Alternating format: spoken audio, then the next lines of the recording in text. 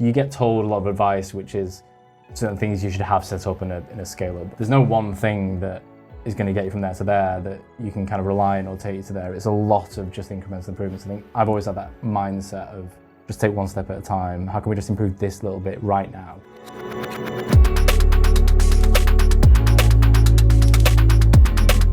Welcome to the Summit by Fearless Adventures, where we speak to successful individuals about their journeys and their path to their summit.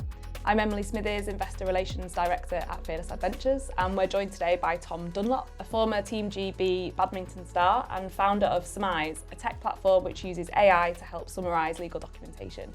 Hi Tom, thanks for joining us today. Well, thank you for having me. I've got to ask, because I'm a big fan of sport, your kind of journey, starting out as a professional athlete, how much does that influence your mentality for everything that you set up to do in the future? Surprisingly a lot. I think one thing that I have realised, I think since I've started the business and started to go down a different track than being an athlete, is the sort of transferable skills are massive. I think for me personally, I had that sort of background of, it's that nature-nurture debate. I think my dad was always very ambitious. He was very hard-working. He instilled in me, you've got to work hard for anything that you do. What did you do? He grew up in what's known to be quite a tough area of Manchester. Worked in breweries and then on the railway tracks, and then ultimately worked for a cooperative bank actually, and then became quite senior in the bank. So he was like a true sort of graft to get to where he got to. And I think he always made sure that certainly me and my brother and sister always had that kind of instilled in us to work hard. But that only got you so far, because I'm very different to my brother and sister. So I think then growing up in an environment where I started to excel in sport, I played a number of sports, but badminton in particular, it's quite interesting that I wasn't competing for money. I wasn't, badminton certainly isn't the sport to get into, just as a tip, if you want to make money. It was just about being the best, and it was this kind of, how can I become a champion? It started off, how can I become the best in kind of Greater Manchester, then the UK, then Europe, and it was very much kind of me driving that. And that was quite an interesting journey where that's probably shaped me more now about how I think about things, because I've kind of got in the business world and I kind of look at people and think, how do people not have this drive? Like, I get up and I'm like ready to go and should do everything I can, and some people just kind of plod along, and that's kind of a very different thing that I had to adapt to. But I think it's always been in me. I think it's that kind of natural ambition has kind of been produced by sport, heavily influenced by sport. But also there is that sort of, I think my dad did play a big impact. And do you think that you achieved what you wanted to achieve in the sporting world? There's a number of lessons I learned from being in sport. The biggest one, which I carry over now to business, is just having a purpose in life generally. For me, I always had the dream of going to the Olympics. That was my sole focus. But I always had this sort of backup plan. So I was doing a law degree at the same time as being a professional athlete. So I was kind of sat there saying, well, if I don't make the Olympics, I'm going to be a lawyer. And when I didn't do well in an exam, I'd kind of say, well, so I'm going to be a professional athlete. So I always had that kind of slight contradiction in my kind of life where I was going. I think when it got to a point, got through the junior setup, so I was representing Team England, I was kind of traveling the world with a team. I had the choice basically, do I go move to Milton Keynes when I finish my degree, or do I pursue the legal route? And I think I found quite a big difference in the lifestyle of being an athlete at that point. I think talking about purpose, I thought I kind of lost my purpose a little bit, because I was competing against kind of the Far East players who, they were just better. They were just a lot better than I was, if I'm honest. So I think at that point there was this kind of realization of, I've kind of probably got to the point that I can take this, which is, I did great as a junior, broke into the seniors, representing Great Britain, which was an amazing experience. But at that point, it was time to find a new purpose, really. So yeah, I'd say I did achieve everything that I was capable of. I think that's quite realistic now. And how easy is that conversation? Because you're hedging your bets a little bit, because you've got one path and you've got another path. Yeah. One path is kind of more defined. In fact, you're going to be an athlete and you're going to do this. The others, you're going to be a lawyer and you don't really know where that's going to end up. How easy is it to turn you back on something that I guess from a young age, probably life was centered around? It was tough, if I'm honest. I think because it was kind of instigated by Great Britain, if I'm honest. They were the ones who said to me when I'd done my law degree, like, you're off the programme, basically. No, they basically said to me that no one has succeeded doing the law degree and become like an Olympian or Olympic medalist. So kind of made that decision to an extent for me, even though that's kind of the way I was heading. So I'm going to be honest, that particular time was tough because, like you say, I lost that part of my sort of plan. But I probably was going to make that decision anyway, but I think having it taken away from me was a tough time. But I'd say that throughout my career as a badminton player, I learned very quickly to kind of appreciate things, I think. From a young age, I was flying around a lot of Eastern Europe countries in particular.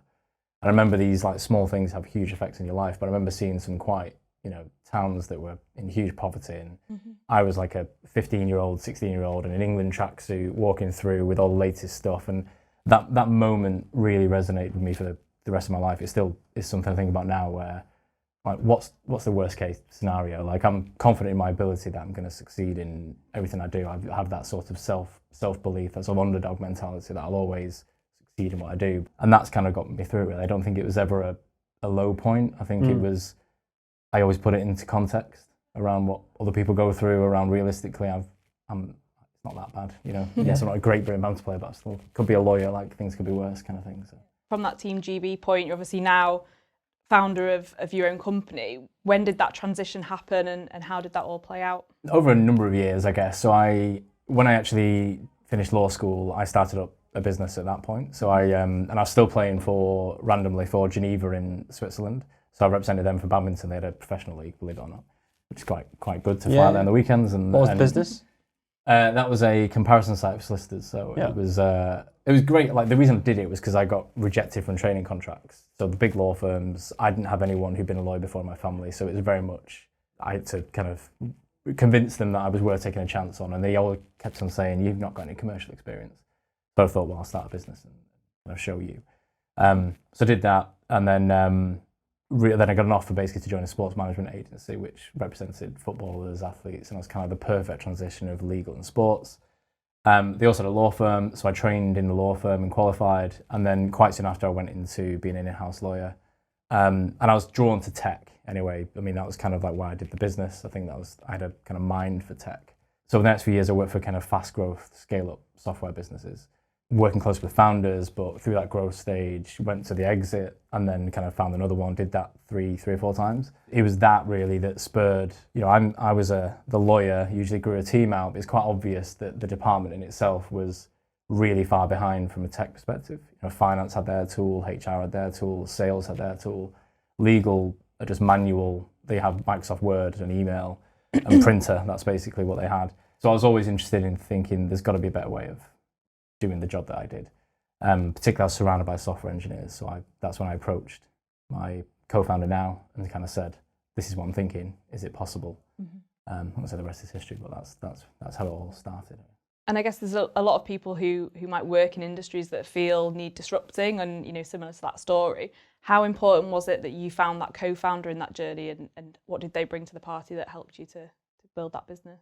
I think network generally is huge. When I look back now, some of the key things that have got us to where we are is, one, my co-founder, but our entire development team were from that same company. So the power of that network, my chairman and one of our key angel investors was the founder of that business as well. And even, a kind of anecdote story, but I was listening to another podcast that is quite popular.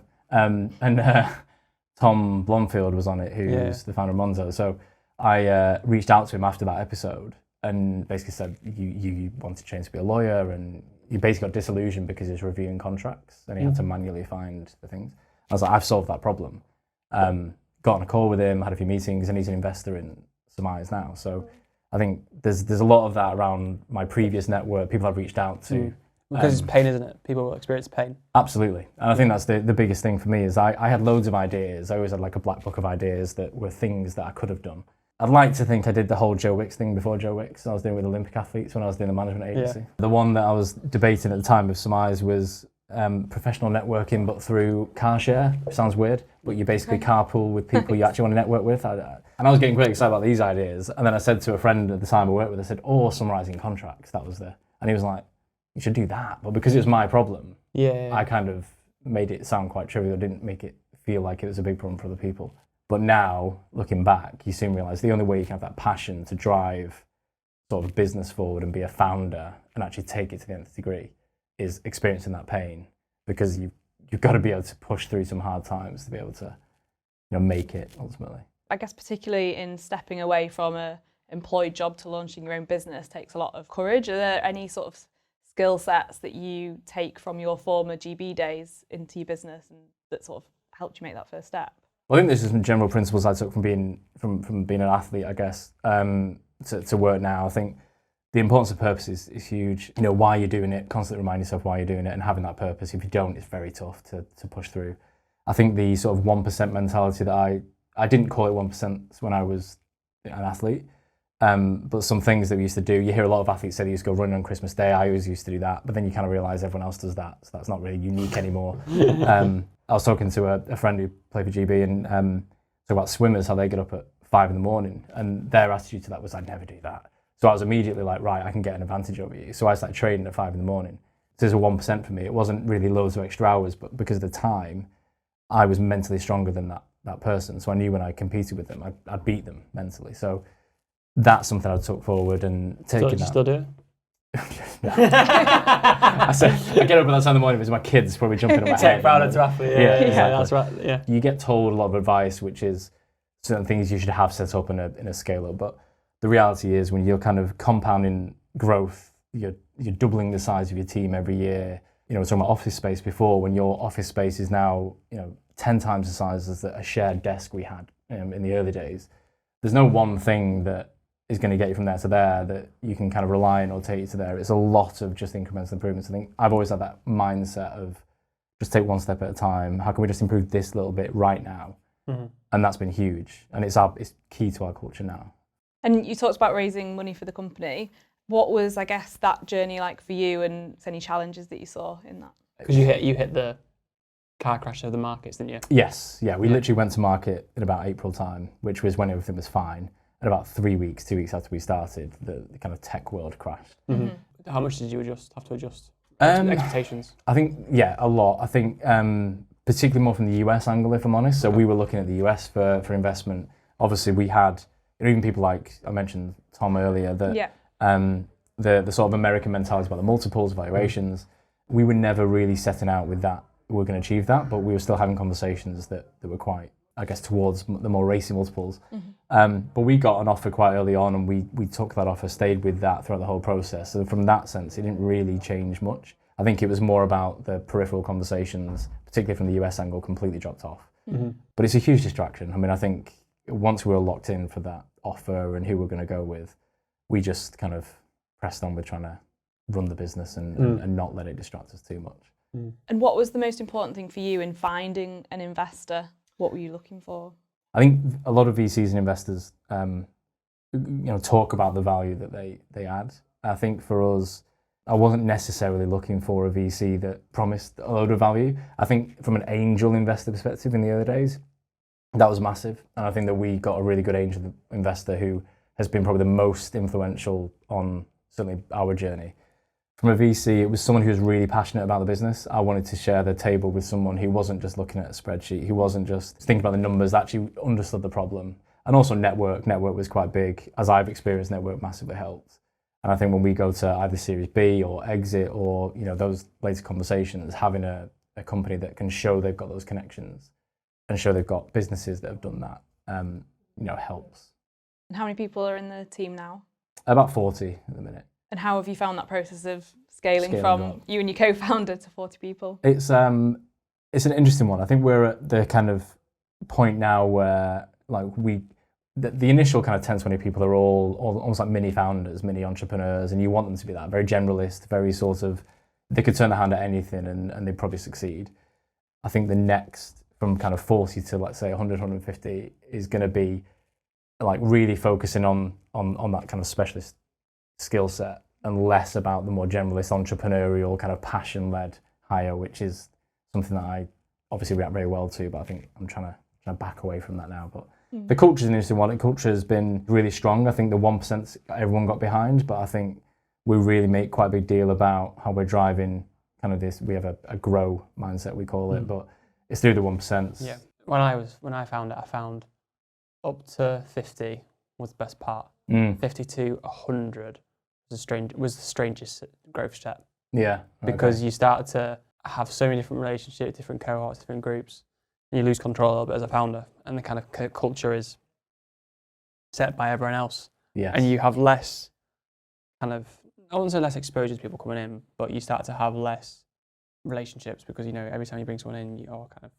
one step away almost. Exactly. Yeah. So 50, I loved up to 50 to 100 was very, very interesting. A lot of mistakes were made there. Well, I feel like that for me is one of the best things that we've done.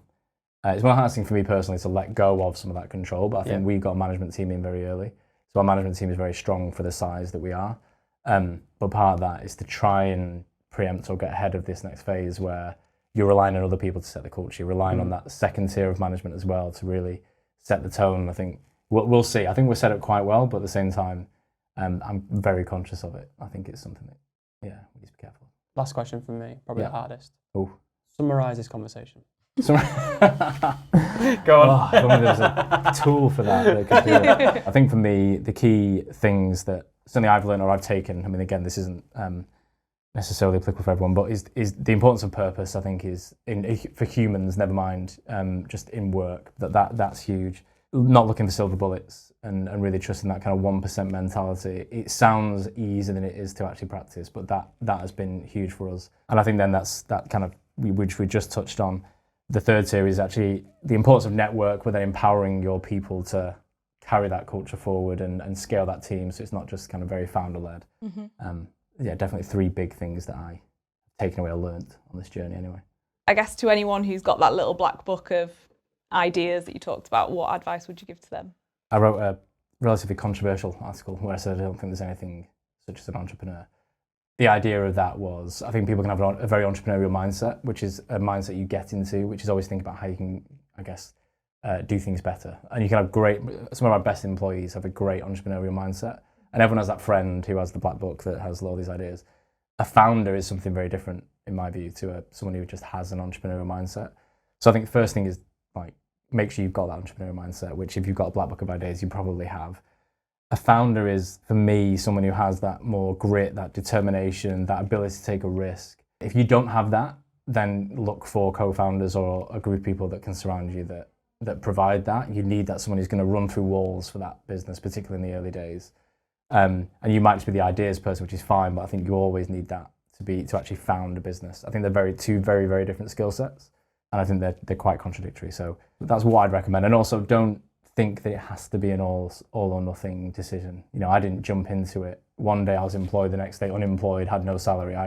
I did it as a side hustle for probably 6 months, trying to build a prototype, prove out the concept, and then we looked for investment, and then we took the plunge. But it never felt like a hugely risky decision at that point, because we validated the concept to a point where it was probably ready to almost monetize or raise money, which we did.